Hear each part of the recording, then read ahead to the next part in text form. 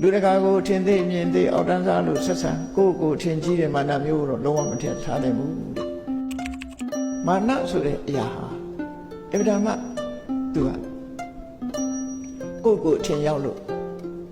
ဆိုးကျိုးဘက်ကိုဥလက်သွားတယ်မာနသို့တော့ရှိတဲ့မာနမရှိတဲ့မာနဆိုတာနှမျိုးခွဲပြီးတော့သိဖို့လို့မရှိတဲ့မာနကသူများကိုအထင်သေးအမြင်သေးငါလောက်မတော်ဘူးဆိုတဲ့အတွေးမျိုးထားတဲ့မာနမျိုးကမရှိတဲ့ဘူး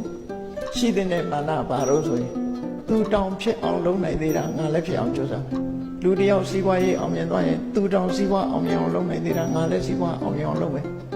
သူတောင်ဘွဲရအောင်ကြိုးစားနိုင်သေးတာငါလည်းဘွဲရအောင်ကြိုးစားသူတို့တောင်မှနော်အစင်တမ်းမြင့်အောင်ကြိုးစားတယ်ငါတို့လည်းအစင်တမ်းမြင့်အောင်ကြိုးစားမယ်လို့အဲ့ဒီလိုကောင်းတဲ့ဘက်ကိုဥလီတဲ့မာနမျိုးကိုထားတဲ့နေဖြစ်ပေါ့ရှားထာဝမာနတို့ခေါ်တယ်အမှန်တိုင်းကောင်းကျိုးဘက်ကိုဥလက်ထားတဲ့မာနမျိုးမှတပါလူတကာကိုထင်သေးမြင်သေးအောက်တန်းစားလို့ဆက်ဆံကိုထင်ကြီးတဲ့မာနမျိုးတော့လုံးဝမထင်ထားနိုင်ဘူးတဲ့ယန္တာဖြစ်ပြီဆိုရင်အတ္တမိမာနလို့ဆိုရင်ငါတော်တယ်ငါတတ်တယ်ငါအကြီးချင်းပေါ်မှာအထင်ရောက်မှုတွေအားလုံးကိုလုံးဝဖယ်ရှားပြလိုက်နိုင်ပြီလို့သူတို့